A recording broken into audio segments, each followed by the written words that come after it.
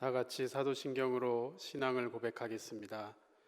전능하사 천지를 만드신 하나님 아버지를 내가 믿사오며 그 외아들 우리 주 예수 그리스도를 믿사오니 이는 성령으로 잉태하사 동정녀 마리아에게 나시고 본디오 빌라도에게 고난을 받으사 십자가에 못 박혀 죽으시고 장사한 지 사흘 만에 죽은 자 가운데서 다시 살아나시며 하늘에 오르사 전능하신 하나님 우편에 앉아 계시다가 저리로서 산자와 죽은 자를 심판하러 오시리라.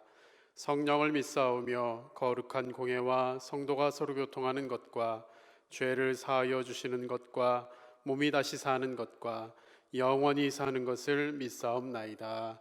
아멘. 찬송가 303장 함께 찬송하겠습니다.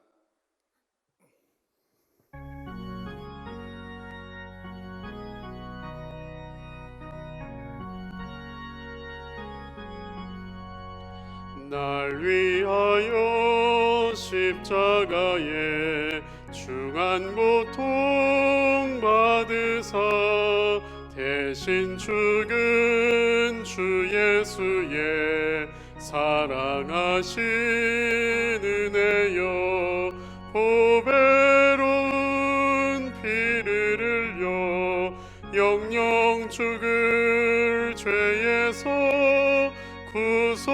구속함을 받은 우리 어찌 찬양 안 할까. 예수 안에 있는 우리 한량없이 즐겁고 주 성령의 위로함이 마음속에 차도다. 천국 음악 소리 같은 은혜로운 그 말씀 끊임없이 듣는 우리 어찌 찬양 안 할까.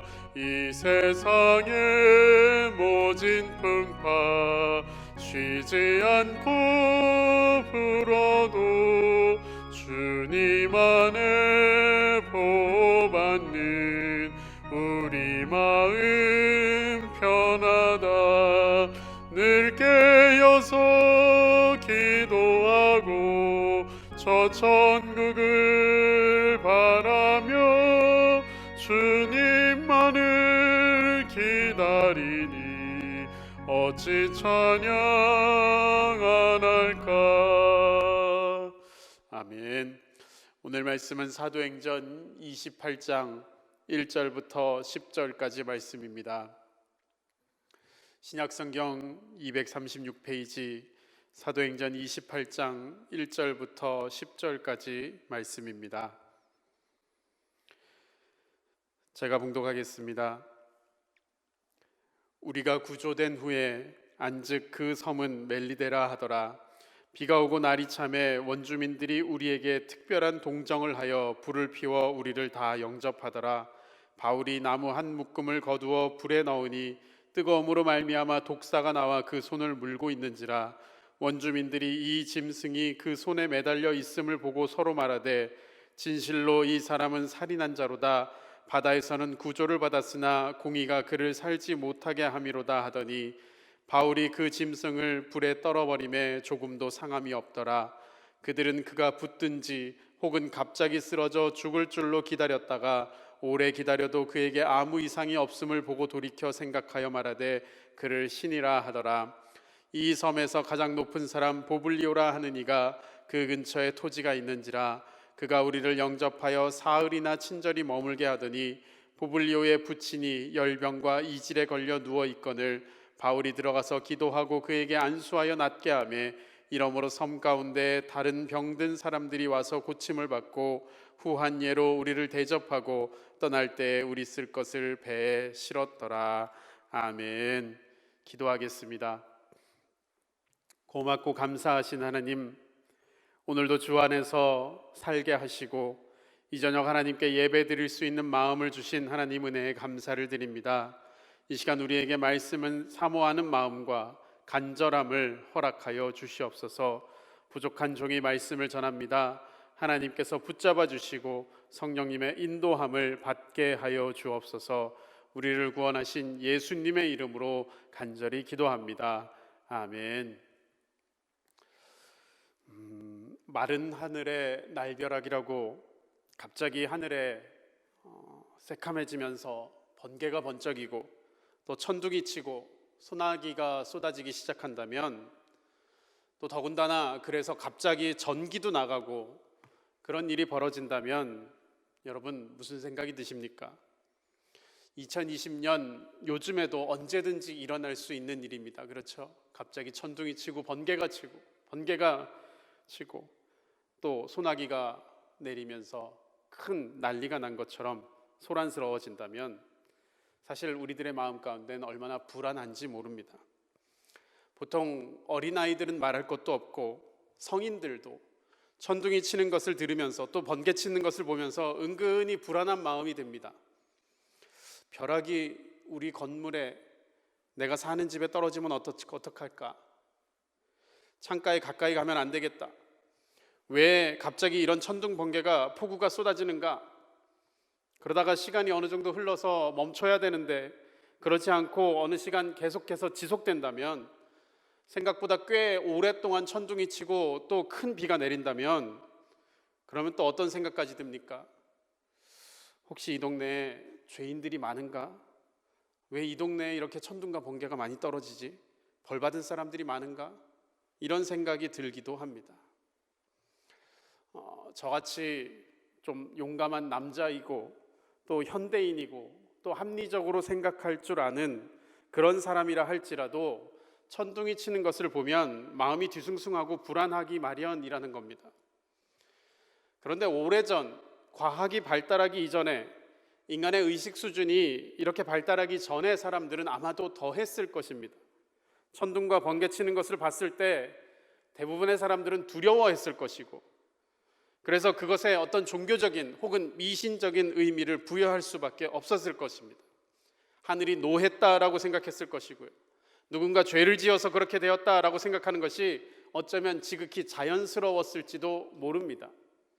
왜냐하면 일단 두렵고 그리고 다른 방법으로는 설명할 길이 없기 때문에 그랬습니다. 어찌 천둥 번개만 그랬겠습니까? 이 세상에 있는 모든 현상들이 사실 예전에, 과학이 발달하기 이전의 사람들의 생각으로는 설명할 수 없고 또 그런 것들을 통제할 힘도 없었습니다. 그래서 바다의 풍랑이 일면 바다의 신이 노했다라고 생각했고, 비가 오지 않으면 하늘이 노했다라고 생각했고, 사람들이 병들면 누군가 죄를 지어서 죗값을 치르는 것이다 라고 생각했고, 어떤 사고가 나면 그래서 벌을 받는다라고 그렇게 생각했습니다. 결국 이런 모든 불안함, 두려움, 예측할 수 없는 인간의 모든 일들을, 그것들을 보면서 사람들은 의미를 부여하고 거기에서 절대적인 존재를 찾고, 그래서 자기의 죄를 거기서 해결해야만, 속죄함을 받아야, 그래야만 그런 징벌로부터, 징계로부터 구원함을 받을 수 있다라고 생각하는 것이 일반적인 생각이었다라는 겁니다. 그래서 사람들은 자연스럽게 신앙 혹은 믿음, 그런 종교를 갖기 시작했습니다. 다른 길은 없었을 겁니다. 다른 방법은 없었을 겁니다. 그러나 이제는 시대가 바뀌었습니다. 과학이 발달하고 의식 수준이 올라갔습니다. 우리는 더 이상 바다의 풍랑을 보면서 바다가 노했다라고 바라보지 않습니다. 천둥이 치는 이유를 과학적으로 알아낸 그런 시대를 살고 있습니다. 그리고 이제는 우리는 자연의 현상을 어느 정도 예측할 수 있고, 어느 정도 예비할 수도 있고, 극복할 수도 있는 그런 능력을 가지고 살고 있는 21세기들을 살고 있습니다. 물론 지금 현재 우리가 겪고 있는, 한 달 넘게 우리에게 아픔을 주고 있고 불편함과 또 고통을 주고 있는, 육체적인 두려움뿐만 아니라 정신적인 그리고 경제적인 어려움도 주고 있는 이 코로나19 사태는 그동안 우리가 경험하지 못했던 삶을 겪게 하고 있습니다. 원인이 무엇인지, 왜 이런 엄청난 전염병이 돌게 되었는지 아직도 사실 확실한 것은 찾지 못했다라고 합니다. 하지만 분명한 것은 이 또한 인류는 극복해낼 것이고, 조만간 치료제와 백신이 개발되고 나면 이 전염병도 분명히 이겨낼 수 있을 것입니다. 그리고 더 나아가서 다시는 이런 질병의 무차별적인 공격에 대처할 수 있는 능력도 키워야 할 것이고 또 그렇게 해야만 합니다. 그렇다면 여기서 우리가 한 가지 질문할 수밖에 없는데요. 그럼 더 이상 인류는, 우리 인간은 과학적인 지식이 발달했기 때문에, 그런 능력이 생겼기 때문에 더 이상 신앙이 필요 없는, 믿음이 필요 없는 그런 시기를 맞이했냐라는 것입니다. 과학의 발달과 인간의 이성의 발달로 이제는 신을 찾지 않아도 되는 그런 시대가 되었는가라는 점이죠.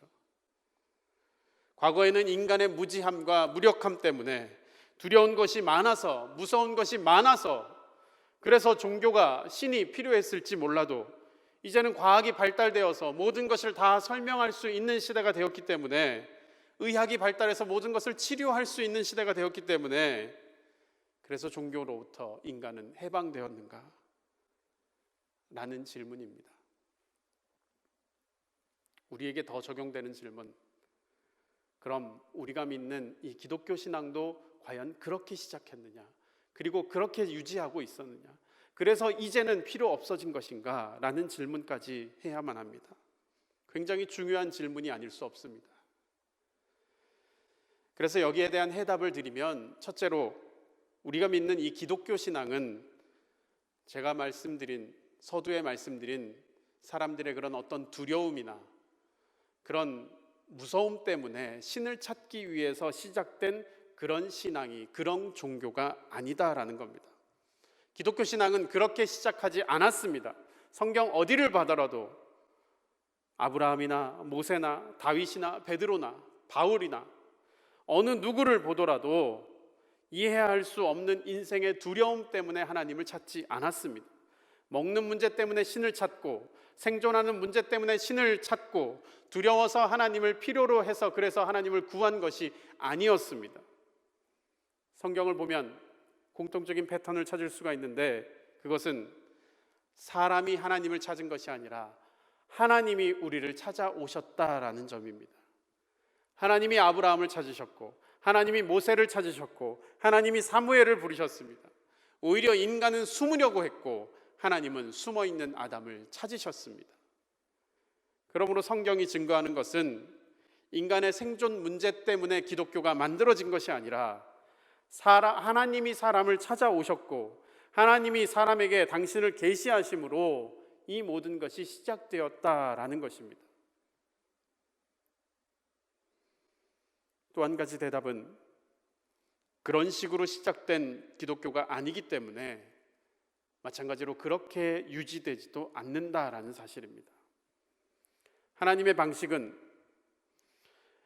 사람의 무지함, 사람의 무력함, 그것을 빌미로 해서 사람이 하나님을 의지할 수밖에 없도록 만드는, 그렇게 사람을 어떤 인질로 삼고, 사람의 목숨을 인질로 삼고, 그래서 하나님에게 엎드려야 하는, 그런 식으로 사람을 유도하는 그런 방식은 하나님의 방식이 아닙니다.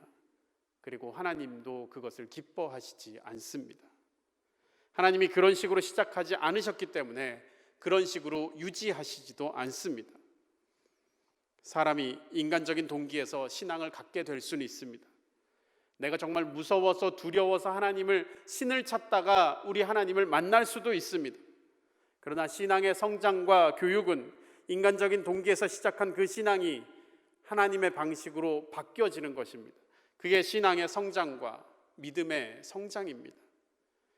그래서 예수님께서 이렇게 말씀하시죠. 이방인들이 무엇을 먹을까 무엇을 마실까 염려하나 너희는 이방인처럼 염려하지 말라. 그 대신 먼저 하나님의 나라와 의를 구하라. 이렇게 말씀하신 것입니다. 이방인들은 먹는 문제, 마시는 문제, 즉 생존의 문제 때문에 기도하고 생존의 문제 때문에 염려합니다.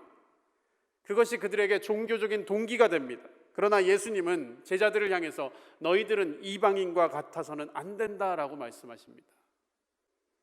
이방인들은 모르기 때문에, 하나님을 만나지 못했기 때문에 그렇게 할지라도 너희들은 이 모든 것이 있어야 할 줄 하나님이 아시는데, 이미 알고 계신 하나님이 계시는데 그것을 믿지 못하고 여전히 또 두려움 때문에, 여전히 또 배고픔 때문에 그런 것이 동기가 되어서 하나님을 잘못 섬기거나 아니면 하나님을 두려워하거나 그렇게 하는 것은 하나님의 백성으로서 어울리지 않다라고 말씀하신 것입니다. 하나님은 천둥을 통해서, 번개를 통해서 말씀하실 수는 있지만 천둥 번개 자체가 하나님은 아닙니다. 하나님은 풍랑을 통해서 말씀하실 수는 있지만 풍랑 자체가 하나님인 것은 아닙니다. 하나님이 기근을 통해서 백성들을 회개시키겠다는 메시지를 던지실 수는 있지만 모든 기근이 그렇다고 하나님이 하시는 것은 아닙니다. 여기에서 이방인들의 사고방식과 하나님의 백성들, 그리스도인들의 사고방식의 차이가 나타나야 됩니다. 그리고 발견할 수 있어야 됩니다. 오늘 본문, 이 본문 속에서 발견되는 사도 바울의 모습은 이방인들과는 다른 신앙인, 즉 세상 사람들과 같지 않은 하나님의 사람으로서의 모습을 우리에게 보여주고 있습니다. 그리고 동시에 이 모습은 지극히 현대적인, 과학적인, 이성적인 모습이고 어떻게 보면 우리보다 앞서가는 그런 인간의 모습일지도 모릅니다. 오늘날 우리는 어떤 모습으로 살고 있습니까? 오늘 본문에 나오는 사도 바울보다는 우리의 모습이 본문에 나오는 멜리데 섬의 원주민들의 삶과 비슷할지도 모르겠습니다. 어떤 일이냐 하면 사도행전 27장부터 이어진 내용이지만 바울이 이제 로마로 죄수인 신분으로 호송되던 중에 배를 타고 지중해를 건너던 중에 풍랑을 만나게 됩니다. 그래서 배가 파산하여서 겨우겨우 오늘 본문에 의하면 멜리데라는 섬에 도착하게 됩니다. 그렇게 겨우 목숨을 건진 그 멜리데 섬에서 그들을 맞이한 원주민들이 있었습니다. 그 원주민들은 물론 사람이 죽진 않았지만 배가 다 파손하여서 물에 빠진 생쥐꼴을 하고 300명 가까이나 되는 그런 많은 사람들이 자기네 섬으로 도착한 것을 보고 아마도 종교적인 의미를 부여했다라는 겁니다. 바다에서 죽을 뻔했는데 겨우 살아남았다라는 것이죠. 그러니까 사도 바울이 배를 타고 가다가 풍랑을 만난 것을 쉽게 얘기하면 이런 겁니다. 얼마나 저 죄수가 죄가 많았으면 풍랑을 만났을까? 최대한 긍정적으로 양보하여 생각하더라도 저 사람들이 얼마나 운이 나쁘면, 얼마나 재수가 없으면 풍랑을 만났을까라고 생각하는 것입니다. 우리도 살면서 겪게 되는 많은 문제들, 어떤 상황들에 대해서 이렇게 접근합니다. 사고를 당해서 어디 부러지기라도 하면, 넘어져서 어디 깨지기라도 하면, 혹시 어린 자녀가 자라던 중에 어디 아파서 고생이라도 하면 내가 무슨 잘못을 저질렀나? 내가 무슨 벌 받을 게 있나? 내가 아직 회개하지 못한 어떤 죄가 있나? 멜리데 섬 원주민들이 그렇게 생각했다라는 겁니다. 아주 전형적인 인간적인 종교관을 가지고 있는 사람들입니다. 그래서 사도 바울이 풍랑을 만난 것에 대해서도 그들은 그렇게 보고 있었는데, 게다가 독사가 나와서, 뱀이 나와서 사도 바울을 물었습니다. 그러니 오죽했겠습니까? 그래서 그들은 뭐라고 말하냐면 4절 중간에 이는 정말 살인한 사람이구나. 바다에서는 구조를 받았으나 공의가 그를 살지 못하게 할 것이다. 그들의 생각은 뱀이 물든 풍랑이 일어나든 그 원인이 분명히 있다라는 겁니다. 분명 신의 손길, 그것이 있었을 것이다 라고 생각하는 겁니다. 아마도 함께 있었던 로마 군인들도, 또 로마의 백부장도 그렇게 생각했을지 모릅니다. 이 장면에서 그렇게 생각하지 않는 사람은 사도 바울, 그리고 이 모습을 보고 있는, 훗날에 기록하고 있는 누가와 이 일행 단 몇 사람만 그렇게 생각하지 않았을지 모릅니다. 그럼 그들은 어떻게 생각했을까요? 사도 바울은 어떻게 생각했을까요? 사도 바울이 풍랑을 만난 이유는, 이 알렉산드리아호가 풍랑을 만나 파선하게 된 이유는 원래 풍랑이 많은 겨울이었고, 그래서 사도 바울은 경고했음에도 불구하고 사람들의 부주의함과 교만함으로 바울의 말을 듣지 않고 항해를 강행했기 때문이고, 뱀이 문 것은 나뭇가지를 불 속에 던지려고 하다 보니 그 나뭇가지 안에 있던 뱀이 뜨거워서 나왔기 때문입니다. 아주 지극히 자연스러운 현상이라는 겁니다. 성경도 그것을 설명하고 있습니다. 3절 말씀에 바울이 나무를 거두어 불에 넣으니 뜨거움을 인하여 독사가 나와 그 손을 물고 있는지라. 어떤 사람들은 이 부분을 영적으로 해석해서 바울처럼 이렇게 믿음이 막 뜨거워지면 그 뜨거움 때문에 마귀가 그 사람을 공격한다, 괴롭힌다, 뱀이 물어버린다, 이런 식으로 해석하시는 분들도 있습니다. 저는 그렇게까지 해석하고 싶지는 않습니다. 왜 뱀이 바울의 손을 물었을까? 원래 뱀은 뭅니다. 그것이 뱀이 하는 일입니다. 그래서 사도 바울은 여기에 대해서 자기가 무슨 죄를 회개하거나 하나님을 찾거나 그런 모습이 보이지 않습니다. 침묵하고 단지 그냥 그 뱀을 불에 떨궈 버릴 뿐입니다. 그 이후의 장면을 보면 멜리데 섬 사람들은 사도 바울이 뱀에 물렸으니, 이제 독사에 물렸으니 몸이 퉁퉁 붓거나 그래서 갑자기 쓰러져 죽을 줄로 생각하고 있는데, 멀쩡하게 있는 것을 보고 그들의 생각을 이제 다시 바꿉니다. 이제는 바울을 향해 저 사람은 신이다라고 그렇게 부릅니다. 사도행전 14장에도 비슷한 사건이 등장을 합니다. 14장, 즉 바울이 1차 전도 여행 때 바나바와 함께 전도 여행할 때 루스드라라는 지역에서 나면서부터 걷지 못한 사람을 바울이 고쳐줍니다. 치유합니다. 그랬더니 루스드라 사람들이 바나바와 바울을 향해서 제우스와 헤르메스 신이 강림했다고 그들을 치켜 올립니다. 그래서 바울이, 바나바가 그들의 옷을 찢으며 그들을 만류합니다. 여러분들이요, 어찌하여 이런 일을 합니까? 우리도 여러분들과 같은 성정을 가진 사람입니다. 세상 사람들은 그들의 눈에 보이는 나타난 현상들만 가지고 단순하게 판단하는 사람들입니다. 위기에 처하면 저주받았다 하고 기적이 일어나면 신이라고 합니다. 자기 눈에 보이는 대로 판단한다는 것이죠. 자, 그럼 다시 처음으로 돌아가서 우리의 모습을 돌아봅시다. 우리는 바울과 같은 모습으로 이 땅을 살아가고 있습니까? 아니면 멜리데 섬의 원주민들처럼 살아가고 있습니까? 다시 바꿔 질문하면 세상 사람으로 살고 있습니까? 그리스도인으로 살고 있습니까? 라는 질문입니다.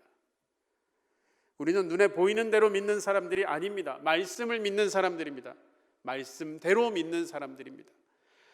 말씀은 신앙과 삶의 유일한 교과서입니다.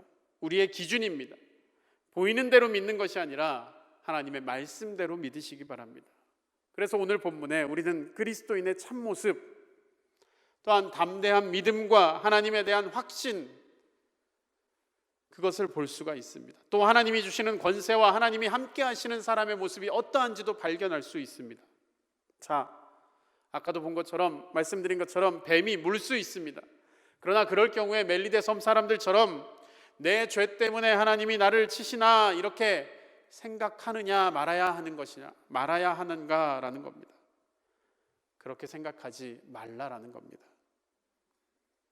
이미 우리는 모두 죄인입니다. 그런데 또 우리의 죄는 예수님께서 이미 십자가에서 담당하셨습니다. 예수님께서 우리의 죄를 대신해서 고난을 받으셨습니다. 그리스도 예수 안에 있는 한 우리에게는 정죄함이 없습니다. 하나님은 그렇기 때문에 그런 식으로 우리의 죄를 벌하시려는 분이 아니다라는 겁니다. 그래서 이런 일이 생겼을 때 내 죄 때문이라고, 누군가의 죄 때문이라고 생각하는 사람은 주님의 은혜에, 십자가 공로, 십자가 그 은혜에 대해서 확신하지 못한다라는 겁니다. 하나님의 사랑과 하나님의 선하심을 의지하지 못하는 것이고, 그래서 자기의 정죄함에 벗어나지 못하는 것이고, 그래서 뱀이 물거나 그런 일이 벌어졌을 때 담대하게 떨어버리지도 못하고, 해를 입지 않은 그런 담대함을 얻지 못하고, 문제를 해결하지 못하고 벗어나지 못하는 그런 경우에 빠지는 것입니다. 죄가 있다면 하나님이 그것을 지적하실 수 있습니다. 그래서 그 지적을 받고 회개하면 됩니다. 주님이 우리를 용서하실 것입니다. 거기에 대해서 우리가 최소한의 평강을 가지고 확신을 가지고 살아야지, 예수님을 믿으면서 여전히 내 죄를 가지고 자신의 죄 때문에 자책하고 있다면 믿음이 없는 것이고 또 십자가를 믿지 않는다라는 겁니다. 나도 너를 정죄하지 아니하노라 그렇게 말씀하시고, 누가 송사하리요 누가 우리를 대적하리요 이렇게 말씀하셨는데, 여전히 여기에 대해서 확신을 갖지 못하고, 여전히 자책감을 가지고, 하나님을 신뢰하지 못하고, 예수님의 십자가 은혜를 의지하지 못하고, 그래서 이방인처럼, 멜리데 섬의 원주민들처럼 생각하며 행동하며 살아가는 모습, 어리석은 모습입니다. 멜리데 섬 사람들이 그렇게 말합니다. 공의가 저를 살려두지 않을 것이다. 왠지 그럴듯하고 뭔가 종교적인 것 같고 철학적인 것 같지만, 옳은 것 같지만, 그러나 그것은 복음이 아니고 철저한 인본주의적인 생각입니다. 반대로 사도 바울에게는 담대함이 있었습니다. 그래서 뱀을 떨쳐버리고 그것에 대해서 설명하지 않았습니다. 행동으로 그것을 증명했습니다. 하나님이 자신과 함께 하신다라는 것을 보여주었습니다. 하나님이 그를 정말 사랑하시는구나 라는 것을 증명해내었습니다. 그래서 뱀에게 물려도 해를 받지 않았습니다. 성경 말씀 그대로입니다. 예수님의 말씀 그대로입니다. 마가복음 16장 말씀처럼 믿는 자들에게 이러한 표적을 따르리니 그들이 뱀을 집으며 무슨 독을 마실지라도 해를 받지 않으며. 얼마나 담대하며 자유합니까? 이것은 말로 설명하는 신앙이 아니고 사도 바울이 그의 삶의 결과로 드러내 보이는 신앙입니다. 이것이 진짜 믿음입니다. 사랑하는 성도 여러분, 현대인들이, 우리가 이 세상을 살아가면서 21세기를 살아가면서 세상이 돌아가는 것을 이해하지 못하기 때문에, 그래서 하나님이 필요로 한 것은 아닙니다.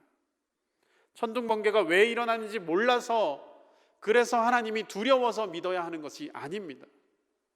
그러나 그럼에도 불구하고 우리는 하나님이 우주 만물을 다스리고 계신다는 것을 알고, 우리에게 이러한 역경이든 뱀이든 독이든 시험이든 그런 것을 당한다 할지라도 극복할 수 있는 능력이 하나님께로부터 온다라는 것을 믿는 믿음이 필요한 것입니다.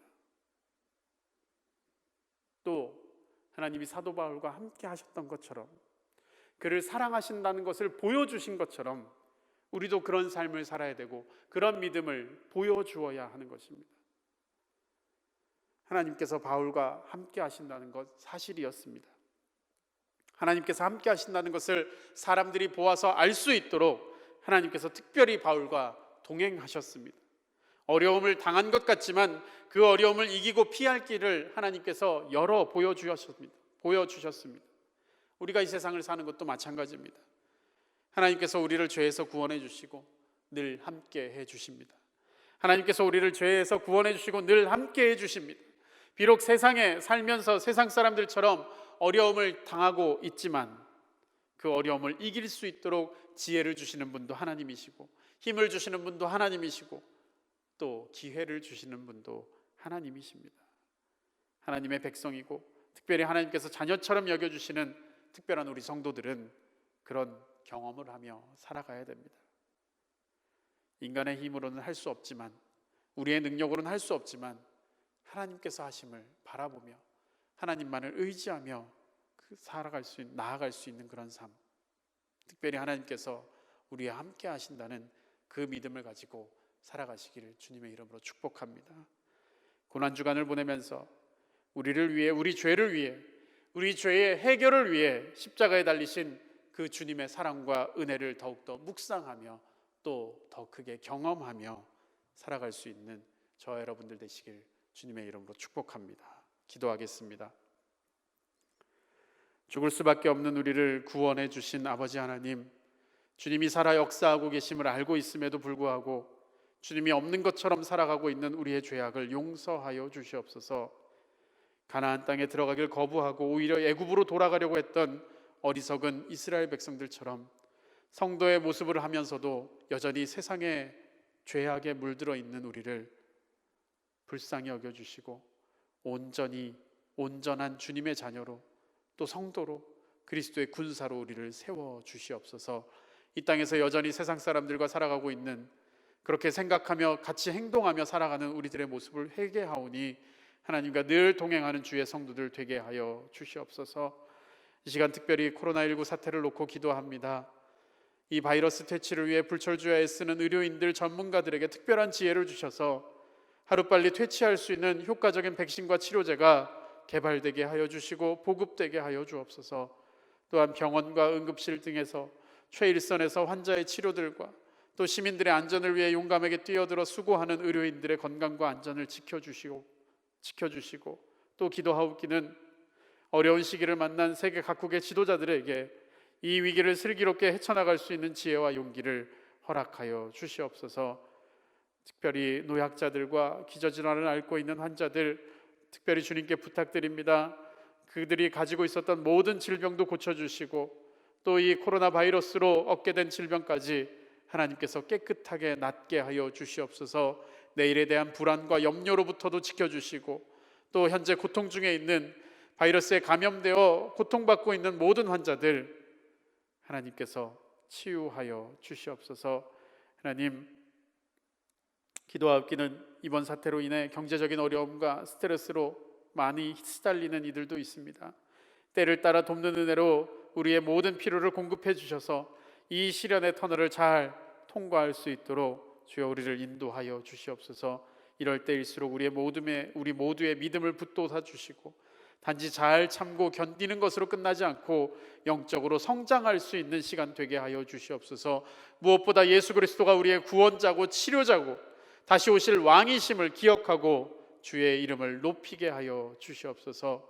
우리에게 평강을 주시고 감사와 소망의 바이러스가 코로나 바이러스보다 더 빠르고 강하게 힘차게 더 멀리 퍼지게 하여 주시옵소서. 그래서 주의 이름으로 일컫는 우리 자녀들이, 우리 백성들이, 우리 성도들이 믿음으로 지금과 같은 이 위기를 잘 극복해 나갈 수 있도록 도와주시옵소서. 하나님, 이 고난의 시간들, 이 시간들이 흘러 곧 부활의 시간이 오기를 간절히 기도합니다. 우리가 이 약속을 굳게 믿고 어떠한 상황 속에서도 주님을 변함없이 신뢰하며 나아갈 수 있는 우리들 되게 하여 주시옵소서. 예수님의 이름으로 간절히 기도하옵나이다. 아멘. 시간 광고 시간입니다. 오늘 예배에 함께 하신 모든 분들을 환영하고 축복합니다.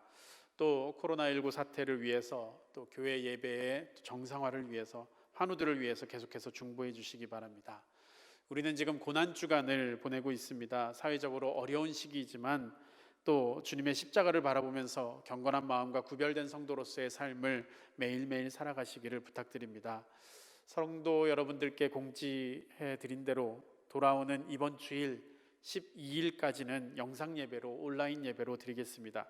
그리고 그 다음 주 19일부터는 모여서 예배할 수 있도록 저희가 준비하고 있습니다. 또 추후 상황에 따라서 변동되면 다시 알려드리도록 하겠습니다. 대신 새벽 예배는 현재 월요일부터 금요일까지 새벽 5시 반에 이곳 본당에서 모여서 드리고 있습니다. 오실 때는 꼭 마스크를 착용해 주시고 특별히 고난주간을 맞아서 새벽이나 또 낮이나 또 저녁 시간에 자유롭게 오셔서 기도하셔도 좋습니다. 교회는 종전과 같이 24시간 개방되어 있고 또 때에 따라서 방역도 하고 있으며 또 적당히 떨어져 앉아서 기도할 수 있기 때문에 너무 걱정하시지 말고 또 오랜만에 교회도 오셔서 둘러보시고 또 기도도 하시고 그렇게 이 고난주간을 보내시기 바랍니다. 찬송가 151장 다 함께 부르고 주님이 가르쳐 주신 기도로 예배를 마치겠습니다.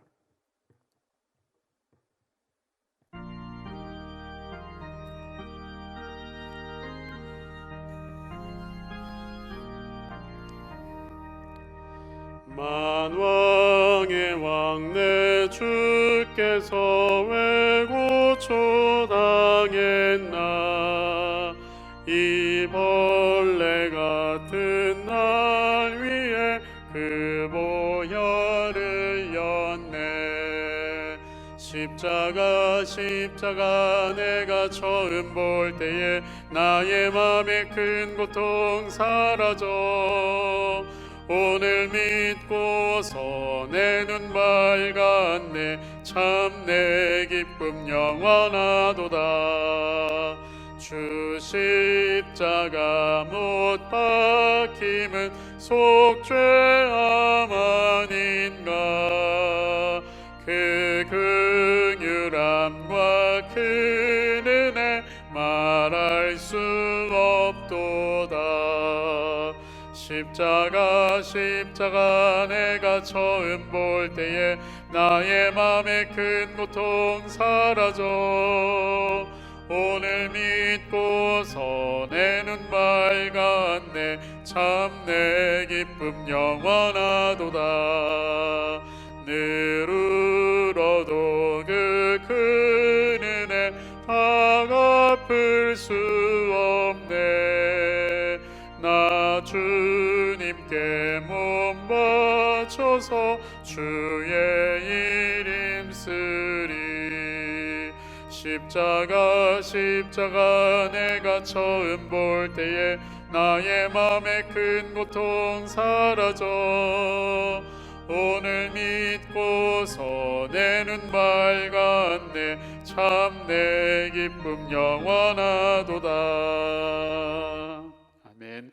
하늘에 계신 우리 아버지여, 이름이 거룩히 여김을 받으시오며 나라가 임하시오며 뜻이 하늘에서 이루어진 것 같이 땅에서도 이루어지이다. 오늘 우리에게 일용할 양식을 주시옵고 우리가 우리에게 죄 지은 자를 사하여 준 것 같이 우리 죄를 사하여 주시옵고 우리를 시험에 들게 하지 마시옵고 다만 악에서 구하시옵소서. 나라와 권세와 영광이 아버지께 영원히 있사옵나이다. 아멘.